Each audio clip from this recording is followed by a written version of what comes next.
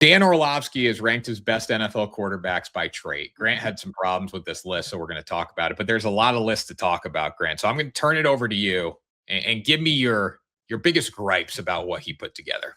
So in my excitement for this topic, I closed the tab, so I got to pull it back up to make sure that I have his list. But I will just say this. First of all, I wish that he would have done some sort of general aggregated holistic list instead of just breaking it down into different categories, because I do appreciate the nuance behind that, but also I would want to say, like, okay, what are we weighting higher than others? You know, what does this actually mean? Who does he actually think is the best? Because the way that his list reads, it reads a little funny. So I'll share it with the audience here. And by the way, guys, if you enjoy this and if you want to join in on the conversation, make sure you hit the like button and then go on down to the comment section and leave us your thoughts in real time down there. Also subscribe. We are on the climb to 1,000 subscribers. So Dan Orlovsky, who was in the NFL for 12 years, most known for self-safetying, but he did have NFL experience. He broke this down into 7 different categories: arm strength, ball placement, mechanics, decision-making, pocket presence, second reaction, and rushing ability. Now, I want to start with arm strength because I think it's maybe the least objectionable. I still would have some changes, but I think we should start there. Number 1 is Josh Allen. Number 2 is Justin Herbert. Number 3, Caleb Williams. Number 4, Matthew Stafford. Number 5, Patrick Mahomes. Number 6, Baker Mayfield. Number 7, Drake May. Number 8, Joe Burrow. Number 9, Lamar Jackson. And number 10, Dak Prescott. I'll give you my thoughts really quick. I think the top 2 have to be Josh and Caleb. I'm cool with putting Josh there, but I think we got to put Caleb too. Herbert's got a strong arm, but I think he's also just getting some benefit from the fact that he's 6'6". I think we got to put Mahomes probably up there at maybe number 3 or so. I think Stafford and then maybe Herbert's in that mix as well. Drake May, I mean, Bo Nix, and I'm not a Bo Nix guy at all, but Bo Nix has the longest completion on record in the NFL next-gen stats era. It was a 66-yarder against the Bengals. So off of the pure statistics, I think he's got to be up there. Lamar doesn't throw his passes all that hard, but he does uncork some deep shots. And then CJ Stroud, I think maybe could also be in this mix as well. And those are the names that are off the top of my head that are jumping me. What do you think? Bo Nix should be on there. I agree with that. I don't really care about arm strength as much. Josh Allen, Justin Herbert, Caleb Williams, top 3. I think that's good. And you're obviously going to put the tallest and strongest quarterbacks 1, 2 there. So that makes sense to me. But I don't really care about arm strength as much because in the end of the day, it's about placement is more important. It's arm strength with accuracy. It's about putting the ball on the money. And like, I don't look at, if you can throw a great deep ball, does that mean you have great arm strength? Like all these guys can throw the ball 60 yards. They can all throw 50 yards. Can you put it there with accuracy, timing, and placement? So I think the arm strength list is kind of meaningless. We know the top 10 quarterbacks in the NFL have good arm strength. Well, that takes us perfectly into ball placement, where Matthew Stafford is number 1, Drake May number 2, Sam Darnold number 3, Joe Burrow number 4, Jared Goff 5, Jordan Love 6, Josh Allen 7, Lamar Jackson 8, Brock Purdy 9, and Dak Prescott 10. This is where the list starts to fall apart, in my opinion. So Matthew Stafford, number 1, I'm cool. I'm putting Joe Burrow probably up to number 2. I'm taking Drake May way down. Off of 1 year, we are way too high. He was very erratic as a rookie. It's a rookie, but like to jump to number 2 is just a little premature to me. Sam Darnold at number 3, also utter insanity. He needs to come down. I'm cool with Jared Goff there because when Jared Goff can throw it, he's accurate. We know that he's limited, but he can throw it accurately. I would say the same thing about Brock Purdy. Brock Purdy is limited in what he can do, but when he throws it, he is pretty accurate. And then some other quarterbacks just off the top of my head. I think Jordan Love's erratic, but I would probably move him down as well a little bit. Yeah, I'll leave it there because I want you to have the chance to reply. Those are my immediate thoughts. Drake Mace made some really good throws last year. The ball placement was pretty good. That's why he was the runner-up to being the MVP. So, and you know what? Who knows what would have happened if we didn't have a Diana Rossini, Mike Vrabel scandal? Who knows? But yeah, I think Drake May being 2 is fine on there. Sam Darnold being 3 is way too high in my mind. Joe Burrow should be moved up. Jared Goff should be moved up a little bit. Yeah, Josh Allen. I would put Josh Allen lower a little bit even. I think placement's good, but like you just don't know what you're going to get. I would move Dak up. I'd move Dak up. Brock Purdy's pretty accurate when he's on, at least. Lamar, I don't maybe it's me. I don't see Lamar being the most accurate ball placement quarterback. Like, I don't either. I don't see that at all. And just what I watch. I mean, obviously Dano is breaking down a little more film than I am, but I just don't see it. But I think Dano is also engaging in hot takes because we're going to get to some of these in a second. Mechanics at number now. It doesn't matter. It really doesn't matter. It really doesn't matter. But I'll just say he has Daniel Jones at 3. Like, I mean, really? Are we really? We're going to go with Daniel Jones. But Daniel Jones is like the prototypical quarterback. So maybe he does have good mechanics. I mean, maybe. It's just hard to believe. Let's go to decision making with football, which is this is important. It gets bad here. Terrible. This is terrible. Let me start. I hadn't looked at this list before because we talked about this morning. So I haven't. These are all like fresh reactions. Josh Allen. Let me read the top 10. Decision making with the football. Josh Allen, number 1. Matthew Stafford, 2. Jordan Love, 3. Drake May, 4. Jaden Daniels, 5. Dak Prescott, 6. Lamar Jackson, 7. Joe Burrow, 8. Patrick Mahomes, 9. Jalen Hurts, 10. Josh Allen being number 1 on this list is criminal. It is criminal. Do we know how many games Josh Allen has lost because of dumb decisions with the football? Like that is crazy. The reason they put too much on Josh. So like you can't maybe that's Dano's head. You put too much on him. It's really tough. He's going to make mistakes. But Josh Allen being number 1 is crazy. Stafford should be 1. That's fine. Jordan Love, I feel like makes a lot of errant throws. He lost the ball. There's a lot of errant throws with Jordan Love. Drake May, got no problem with that. I got no problem with Drake May. It's early, but Drake May was really good last year. Can I say something here? So I think that some of the quarterbacks who aren't the best in the NFL, I think they're starting quarterbacks because their decision-making is good. So I'll give you an example. Like if Bryce Young found his way onto this list at number 10, I would be like, that makes sense to me. Jared Goff, who's not on this list, I feel like he has to be pretty good at making decisions with the football because we know he's not as talented as these other guys, yet he's putting up really big numbers. Bo Nix, I would put on this list. And I'm not a Bo Nix guy, but I also have to be fair here and say that he plays very on schedule and he does a good job of differentiating when I need to run versus when I need to pass. So I think he could go on that list as well. Joe Burrow is not on this list. Oh, he's at 8. My mistake. So Joe Burrow is there. But it doesn't have to be. Most of these guys we're looking at are the better quarterbacks in the NFL, and I don't feel like that has to be the case. Well, and better quarterbacks are going to be judged more with their decision-making because the game is on them more.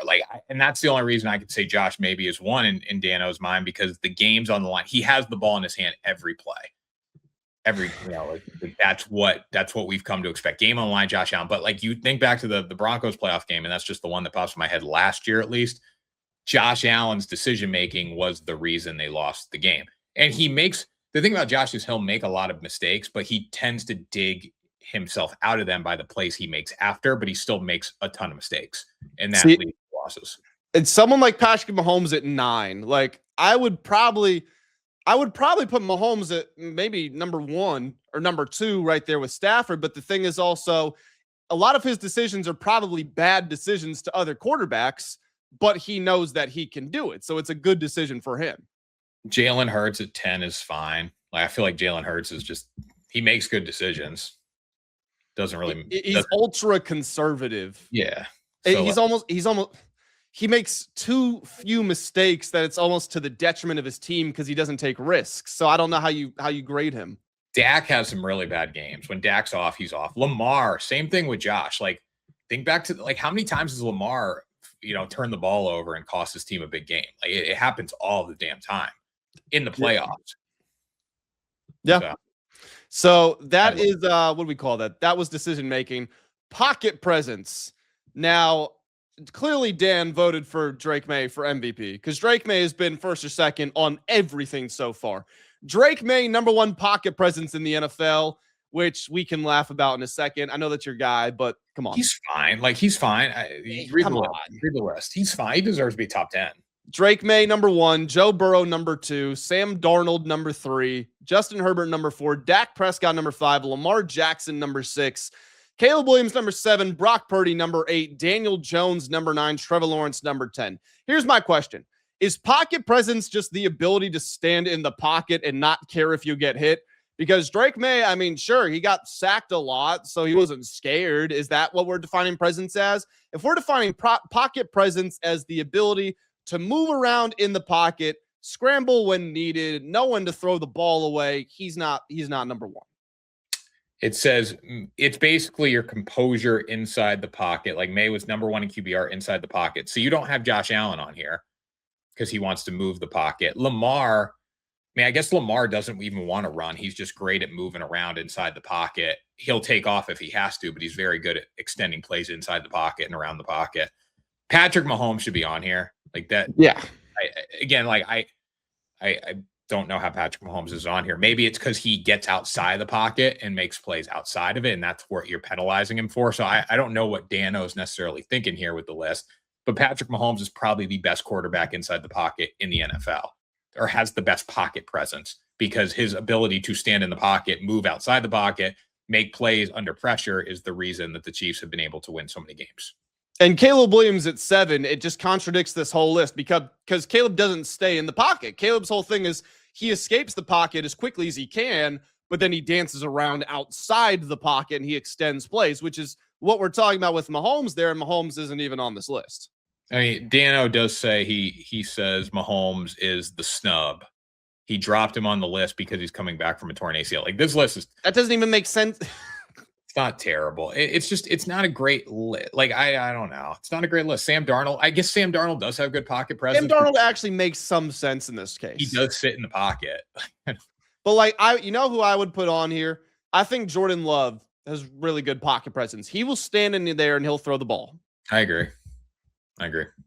Yeah. I think it's a very weird list. Like, how he did all these are very weird. We've got 2 categories left. Second reaction ability, which is a lot of this extending plays outside the pocket stuff. Josh Allen, number 1, Caleb Williams, number 2, Patrick Mahomes, number 3, Drake Maye, number 4. By the way, I'm sorry, Tanner, I'm not trying to pick on your guy, but if we added up the average scores of all these, Drake Maye is shitting on the rest of the field. Not Josh Allen. Josh Allen did better. Maybe Josh. Sam Darnold at number 5, Bo Nix at number 6, Brock Purdy at number 7, Lamar Jackson at number 8, Jaden Daniels at number 9, Baker Mayfield at number 10. I'm going to start with this one. In no world should Caleb be number 2. It should be Josh, and it should be Mahomes, and it should be everybody else. And I would put Mahomes number 1 just because he's been more successful. I would put Baker in the top 5 here. So the ability to make something out of nothing, Baker Mayfield's a top 5 quarterback. Something out of nothing, I feel like we have to value the threat of someone's legs there. So I think Lamar and Jaden have to shoot up this list, because second reaction ability is when it's unplanned. And what do you do? Lamar has 1,000-yard rushing seasons on his resume. Jaden has 900 yards, dragged his team to the conference championship game. Lamar has been to the conference championship game, and they both have great arm talent. Like, if we go back to that arm strength thing, like, they might both have stronger arms than Baker, or let me say this, their arms are not weaker than Baker Mayfield's. So I feel like just because of the threat of their legs, they have to get moved. They should be ahead of Sam Darnold. They should be ahead of Bo Nix. They should be ahead of Brock Purdy. So Baker, Jaden, and Lamar. Yeah, Lamar. Baker, Jaden, and Lamar shall be up. I would think Josh, Caleb, and Patrick are fine up there. Again, however you want to do the order, but it should be like Josh, Caleb, Patrick, then Lamar, Jaden, Baker, and then everybody else. Like, I mean, second reaction ability is when things go wrong. So like Sam Darnold made some plays last year where his second read was what he went to, or his third read, or his fourth read when things weren't going his way. Bo Nix, same thing. It's just how you define these terms. Like, when I hear second reaction ability, I think, okay, things go totally wrong here. Who do I trust? That's what he should have done this off of. When things go wrong, who do I trust to go make plays? And I will trust Lamar, Jaden, Baker. I probably trust Baker more than Lamar, and not Baker more than Lamar, but I trust Baker more than Jaden personally. That's me though. And then Josh, Caleb, Patrick. I trust all those guys. So those would be my top 6. I would take Sam Darnold completely off this list. And going back to what I said about some of like the lower tier quarterbacks, like I'll be honest, a lot of Bryce Young's best moments in the NFL are kind of when plays are breaking down. And like he still looks like a good quarterback in certain situations. So I wouldn't hate Bryce Young being on this list. I agree. And then the final category, which is by far the worst out of all of them, rushing ability. So he got number 1 right. It's Lamar Jackson at 1, Josh Allen at 2, Drake Maye at 3, Caleb Williams at 4, Justin Herbert at 5, Jalen Hurts at 6, Patrick Mahomes at 7, Baker Mayfield at 8, Bo Nix at 9, Jaden Daniels at 10. This part of the list has to be rage bait. And I'll say this. I think Dan Orlovsky made this entire list, this whole exercise. I think he did it off of what he was trying to be in the NFL, which makes sense because you identify with what's personal to you. But this whole thing, we've had our problems, and this list specifically is garbage. So after looking at it over and over again, and I'm reading it too, he's valuing protecting yourself when running the football. Like he values everything to do with it. That changes. Then make a player safety category. Make a guardian cap category. I just saying, like Lamar never gets hurt running the football. Lamar should be number 1, no doubt. Josh Allen's never hurt. Drake may be a number 3. Definitely, it's a little crazy. I'll put him in the top 10, but 3. He can be 10. He can't be 3. I would put Caleb above Drake. Herbert runs the ball a lot, and he tends to stay healthy. So I would. That's fine. Jalen. Right, let's talk about that though, because he is right ahead of Jalen Hurts, and Jalen is very limited in what he does. But like you just can't argue with his production. Yeah, but this isn't Jalen Hurts 2 years ago. Like this is Jalen Hurts now. He runs so much differently now. He looks like a retired racehorse now. That's a great comparison. I agree with you. But I mean, the guy also has, I think, 35 rushing touchdowns the last 3 years. Yeah, production has to matter at some point. Yeah, but like I could do, like you and me could have, if we had the same amount of quarterback sneaks as him, like I bet we could get 10 in. Probably. At least. Probably. All he's doing is just taking the ball, pushing behind a Hall of Fame center in Jason Kelsey for over the years.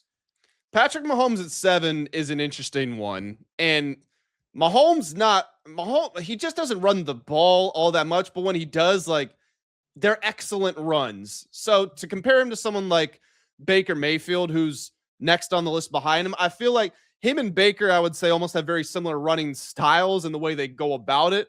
But Mahomes, like his conversion rate, especially in the playoffs, is just so high. If he runs, it's a great play. Yeah, they're both back-breaking running guys. Like if they're running and taking off, like they're going to get a first down and it's going to hurt you. So I like those two there. Again, I don't mind. Like Drake Maye should be out of this list, and however you want to order them, fine. Drake Maye should be lower. I will put Drake Maye lower, and I would move Jaden up. But if you're valuing injury protection, Jaden should not jump a lot of the guys on the list. Well, that shouldn't be part of this. Point blank period. This is not ability to stay healthy. This is not ability to protect yourself. This is rushing ability. Jaden Daniels should be number 2. He had 900 yards as a rookie. He led his team by like a good margin. Like, and there's really, it's him and Lamar is the 2 fastest in the league. There are only 2 quarterbacks who you think could moonlight as running backs, and it's Lamar and Jaden. Neither of them could play running back in the NFL. No, not, but you get what I'm saying. Like for a play, like when Deebo Samuel was a running back, like if you needed 1 or 2 plays a game, they're the only quarterbacks you could actually put there. I would not want anything to do with Jaden Daniels playing running back, but that's not the point. I wouldn't put him there, but like you could, because he has the skills to, and he's one of only 2 guys. Malik Willis should have been on the list. Good name. I think Malik Willis is as good of a runner as Jaden and Lamar. I mean, not as good, but like what he showed in Green Bay was small sample. Yeah. It was small sample size. If he could do that over the course of a season, I would put him ahead of Jaden and Lamar, honestly, for how he plays. I don't think you're going to get the ability to throw the ball like the 2 of those guys can throw the ball, but he was running it like a college offense. It was pretty crazy. What about Kyler Murray? I don't think Kyler Murray's that big of a threat anymore to run the ball. He doesn't play like that, and he doesn't take hits. He slides too early. You probably got to put him on there, but like Kyler early in his career is nowhere near the Kyler Murray we know now. I'm looking at this list to see if there's anyone else who is like a legit, maybe not a legit running quarterback, but like a legit running threat. Probably not. He's probably the one guy off the two guys, Malik Willis and Kyler Murray. If I'm making this, I would take Baker off. I don't know. I would probably take Baker and Herbert off completely.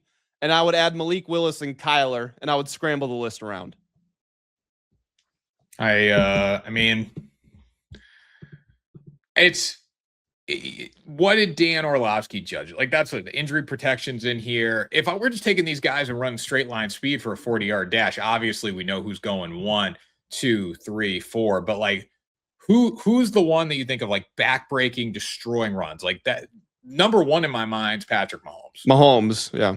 So like, should that rushing ability jump Lamar and Josh? Because it's not designed runs. It's like, hey, stings break down. We're going to scramble. We're going to make a play. And that's the same thing. That's why he put Drake May so much higher too, because a lot of Drake May's runs that I'm reading in here were high conversion rate runs. So like, what do they value? Do we value a designed run, or do we value, everything else? Well, I think I applaud him for taking the time to do this because it is difficult. With that being said, I think he got a lot wrong. And we're just guys with podcast equipment. He was in the NFL for a while, but if you guys are still making it to the end of this video, then please let us know what your thoughts are down in the comment section below, whether it's big picture on the list overall, or if you have any individual qualms or queries, then let us know what they are down in the comments. That was Ride the Line, the greatest podcast in sports betting entertainment. Make sure you smash the subscribe button. Check out WSN.com, and we'll see you next time for another episode.